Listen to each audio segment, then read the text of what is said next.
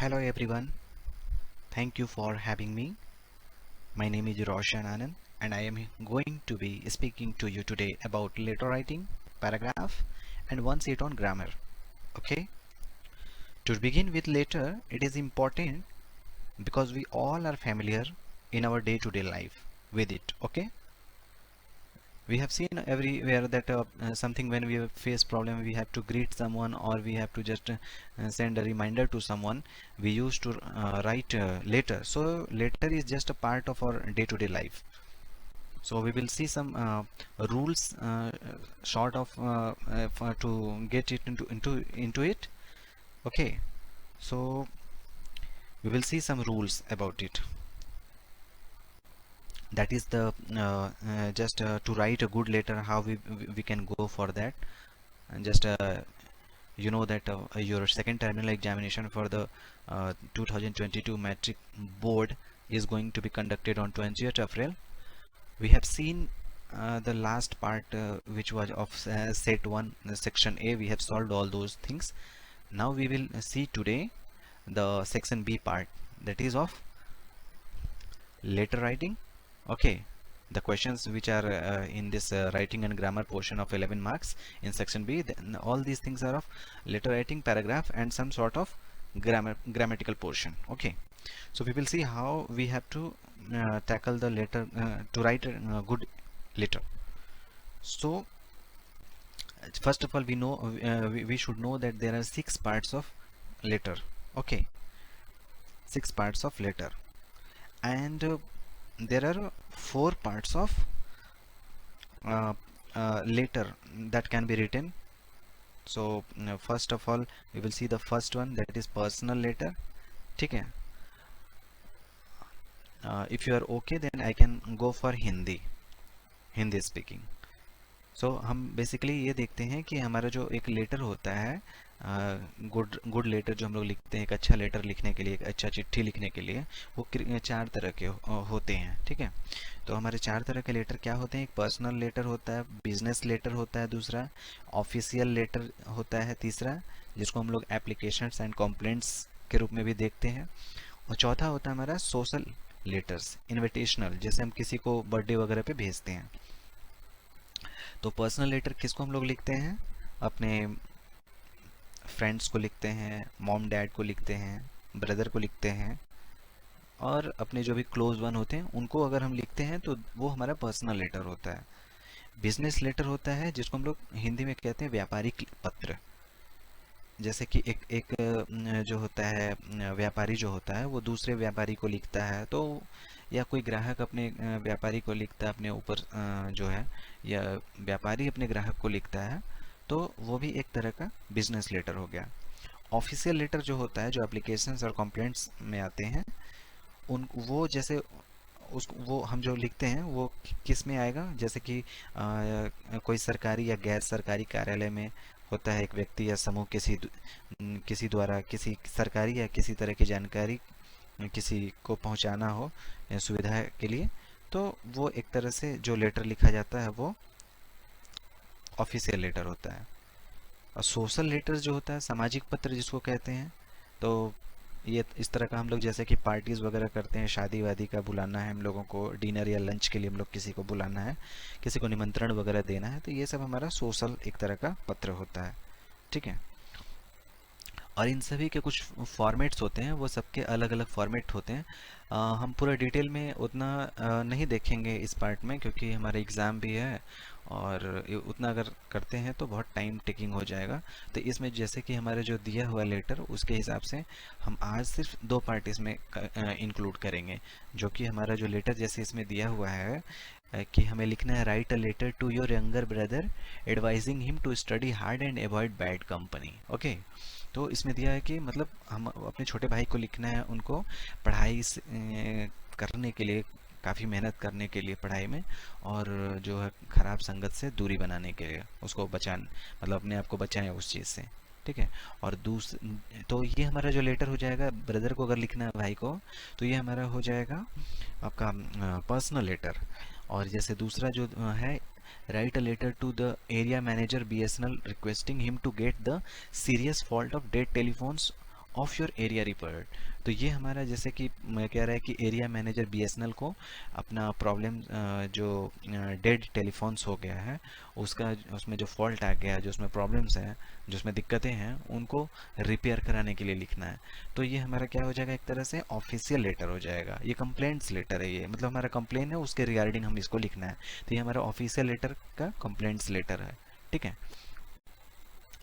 अब ये दोनों लेटर लिखेंगे कैसे, लेकिन दिया हुआ है कि कंपलसरी है ये लिखना, तो इसमें कोई एक लिखना है, दोनों लेटर नहीं लिखना है। लेकिन हम यहाँ पे आपको दोनों लेटर बताएंगे, अगर एग्जाम में अगर आता है तो कैसे क्या करेंगे उसको देख देख करके हम लोग यहाँ पे तैयार करेंगे। ओके। सो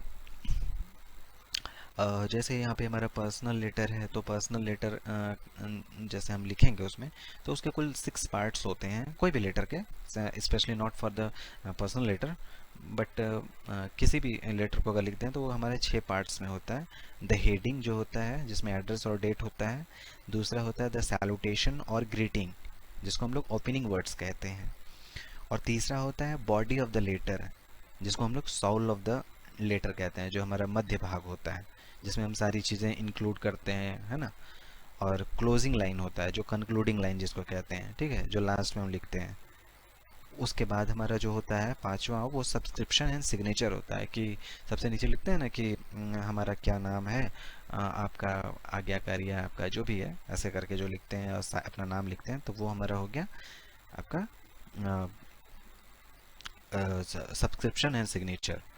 और छठा हो जाता है द एड्रेस, सबसे नीचे एड्रेस लिखते हैं। ठीक है।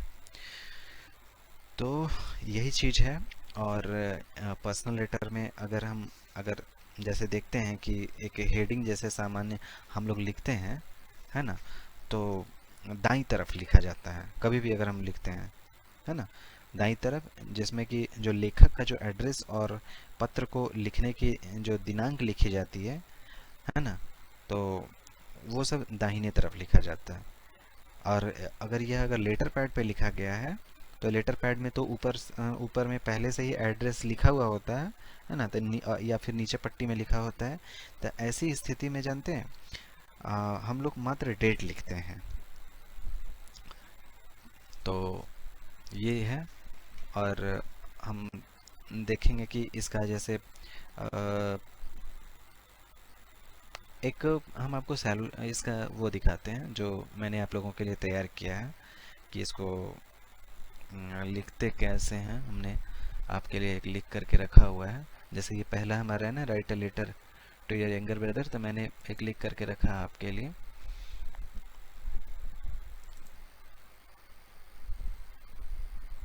हाँ, ये है हमारा।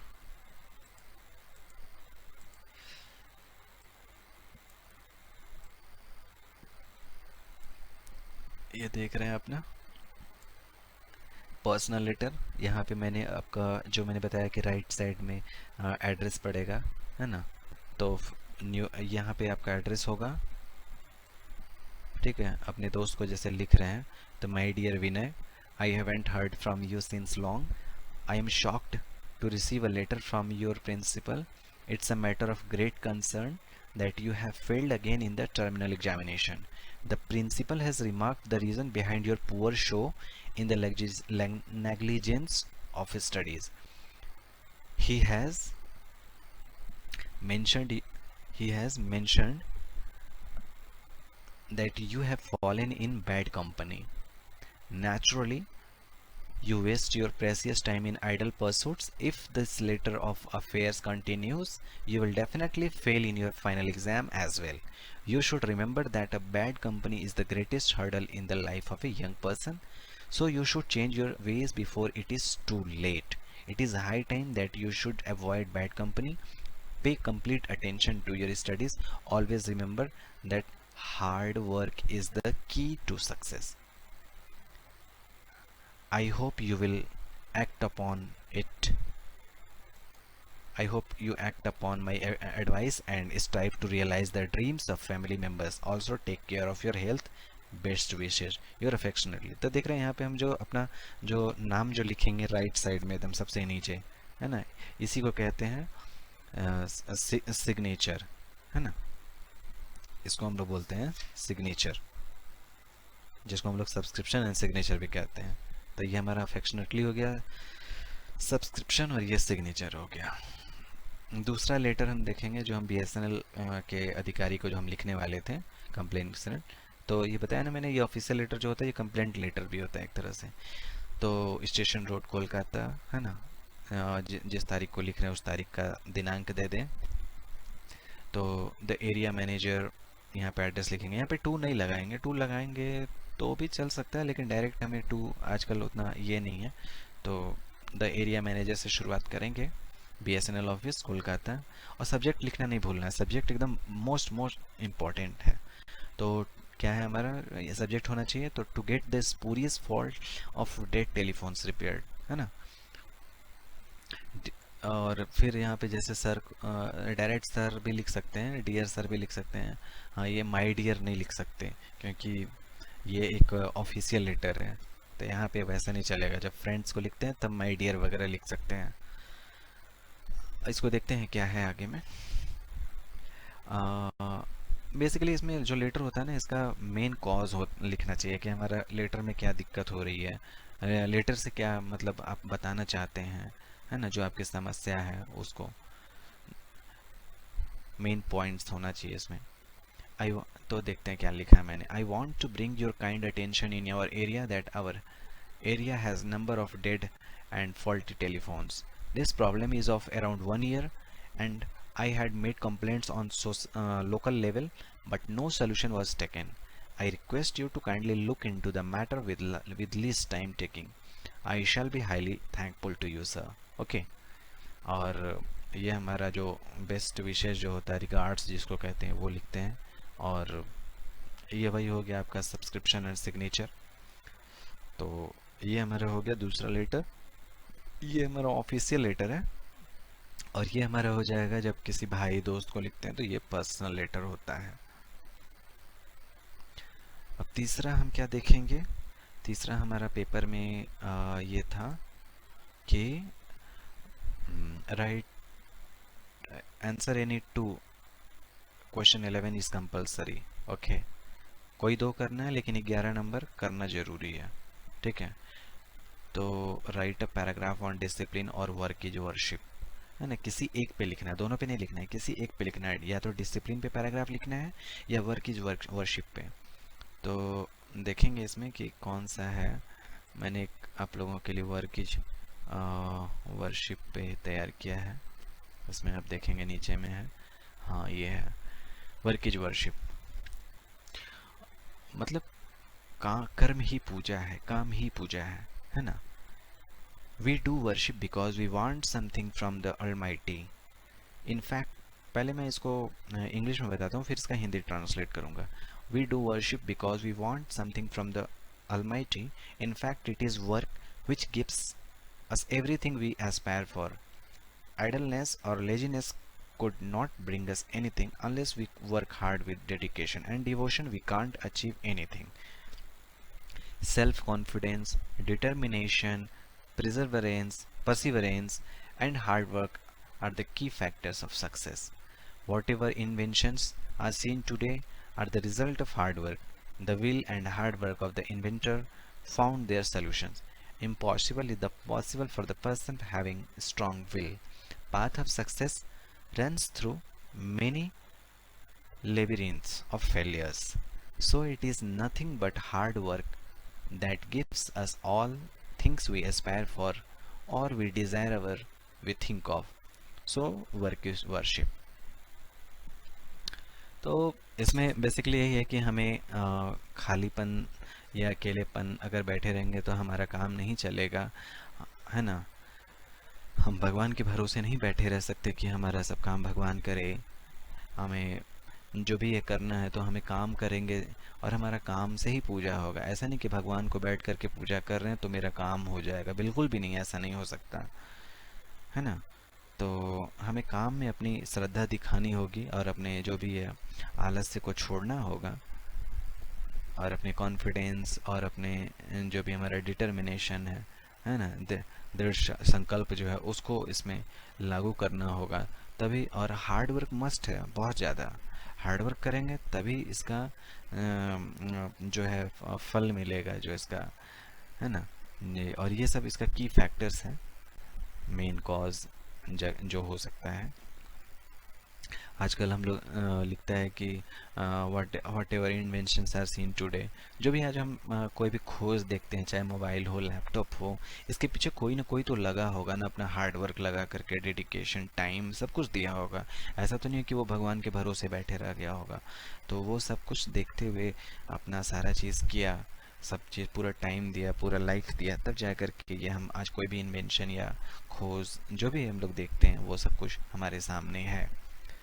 और कोई भी चीज़ को हम लोग इम्पॉसिबल ना माने, है ना, ये क्योंकि इम्पॉसिबल चीज़ जो होती है, ऐसा ज़रूरी नहीं कि पॉसिबल नहीं हो सकता, बिल्कुल हो सकता है, अगर हमारा हार्ड वर्क है ना, जो इंसान का होता है, और हमारी जो करने की जो इच्छा होती है, अगर वो हमारे साथ है, तो हम बिल्कुल किसी भी इम्पॉसिबल चीज़ को हम लोग पॉसिबल कर सकते हैं। तो कुल मिलाकर के कर्म ही पूजा है। अगला देखते हैं, अगला क्या है, अगला सवाल। डिसिप्लिन बेसिकली मैंने इसलिए नहीं कवर किया क्योंकि डिसिप्लिन बहुत सारा आप भी लिख सकते हैं अपने तरफ से। मैंने वर्क इज वर्शिप मुझे अच्छा लगा तो मैंने इस पे लिखा है। आप भी डिसिप्लिन, अगर आप दोनों में से कोई जो आपको टॉपिक अच्छा लगे वो आप एग्जाम में लिखना। उसके बाद है कि right a paragraph describing your last birthday party. आपने कोई बर्थडे पार्टी मनाई है ना, उसके बारे में आपको देखते हैं क्या लिखा हुआ है। A birthday party is a happy and attractive occasion in a modern society. It is observed on one's birthday. It becomes once every year. It comes once every year with a joy and merriment. I celebrated my last birthday on 20th March 2022. It was the 15th birthday of mine. I invited my friends and relatives. It was held at our residence at Gulshan. On this occasion, our drawing room were nicely decorated with flowers and festoons. The house wore a festive look. We ordered a birthday cake. My father bought a fine new dress for me, and my mother was going to give me a pleasant surprise. The cake arrived in time. Different, uh, different items of food were placed on the table. My friends and guests began to arrive by 5 o'clock. Everybody has arrived. We all stood around the dining table. I merrily cut the cake. A round of applause followed. Plates full of delicious food items were handed over to the guests. We ate them in the midst of the merriments, songs, and music. The camera of the brother was clicking on. He took pictures of rare moments. The presents brought by my friends and others were given to me. I thanked them all. I enjoyed day very much. The party was rounded off with a chorus, Happy birthday to you. So ये हमारा paragraph था birthday के ऊपर जो हमने लिखा है। इसमें यही है कि आप उसको डिस्क्राइब कर सकते हैं अपने हिसाब से भी, पर ये मैंने अपने हिसाब से लिखा है, और आप चाहें तो इसे कॉपी भी कर सकते हैं इसे, है ना। अगर एग्ज़ाम में अगर आता है इस पे तो आप लिख सकते हैं। तो ये रहा आपका बर्थडे का। और नेक्स्ट क्वेश्चन हम देखेंगे कौन सा है हमारा। बर्थडे पार्टी हो गया है इसमें मेरा, है ना। अब देखेंगे फिल इन द ब्लैंक्स जो हमारा ग्रामर का है ना। तो ये 3 क्वेश्चंस हैं, तो 3 क्वेश्चंस उसके बाद क्या है इसमें देखते हैं। Fill in the blanks by choosing suitable options given in the brackets, है ना। जो ब्रैकेट में दिया गया है उससे हमको चुन करके लिखना है कि इसमें क्या भरा जाएगा, है ना। तो mathematics dash considered to be a difficult subject among students, क्या होगा इसमें, इज और आर, इज और आर। तो मैंने आपके लिए इसका आंसर भी लिख के रखा हुआ है। तो mathematics is considered to be a difficult subject among students, यहाँ पे इज होगा। Mathematics is considered, not are country, not are here. कभी भी हम लोग मैथमेटिक नहीं बोलते हैं, हम लोग मैथमेटिक्स ही लिखते हैं हर जगह पे, कहीं पे भी अगर लिखते हैं। अगर एक बुक होगा तो भी मैथमेटिक्स, डबल बुक्स होगा तो भी मैथमेटिक्स। नई दूसरा देखते हैं, neither of the two boys dash in the class now. कोई भी बच्चा दोनों में से क्लास में नहीं है। तो नेदर जब लगता है तो कौन सा इसमें ये लगेगा, ये इज और आर जो है ये हमारा ऑक्सिलरी वर्ब है, तो इसमें लगेगा नेदर के साथ हमेशा इसमें इज लगेगा, not are. Neither of the two boys is in the class. I bought the house which dash to Shyama. यहाँ पे दैट नहीं होगा, यहाँ पे विच होगा, जो श्यामा से बिलोंग करता है। ठीक है, तो ये हमारा फिल इन द ब्लैंक्स था, और ये हमारा आज का सेशन था। कल हम देखेंगे friends section C literature part जो 19 मार्क्स का होगा। ठीक है, ये कल हम देखेंगे इसमें कि क्या है कैसे है। ये हमारा बेसिकली जो है हमारे बुक्स से रिलेटेड क्वेश्चंस हैं इसमें, तो इसको हम कल देखेंगे। बाकी आज के लिए जो है इतना ही सेक्शन बी, और हमने लास्ट क्लास में तो देखा था सेक्शन ए। ठीक है, तो कुल मिलाकर के हमारा सेक्शन बी कंप्लीट हो गया है। तो वैसे मैं इसका जो भी मैंने जो ये वर्क की वर्कशीट है इसका पीडीएफ में मैं आपको दे दूंगा, प्रोवाइड कर दूंगा, शेयर कर दूंगा इस पर, तो आप देख लेना उसको। Thank you all, good luck.